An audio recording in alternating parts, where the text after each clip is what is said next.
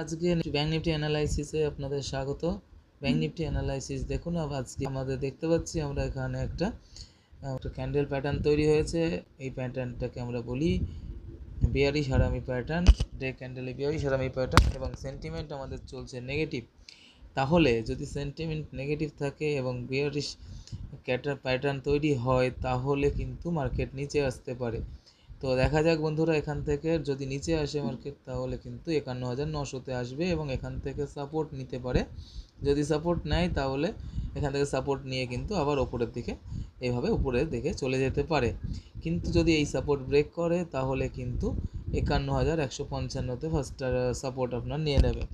এবং ২৩ তারিখে যেহেতু বাজেট রয়েছে, তো বাজেটের জন্য কিন্তু মার্কেটে যদি বাজেটে কোনো খারাপ নিউজ আসে সেক্ষেত্রে কিন্তু মার্কেটে আরও বেশি ফল আমরা আশা করতেই পারি। আর যদি পজিটিভ নিউজ কিছু আসে তাহলে কিন্তু মার্কেট ওপরে দেবে। এবং বাজেটের দিন আমি বলবো যে বাজেটের দিন আপনারা যদি ট্রেড না করেন সেটাই বেটার হয়, কারণ বাজেটের দিন প্রচণ্ড ভোলাটাইল থাকে। নেক্সট দিন আপনারা ট্রেড করতে পারেন।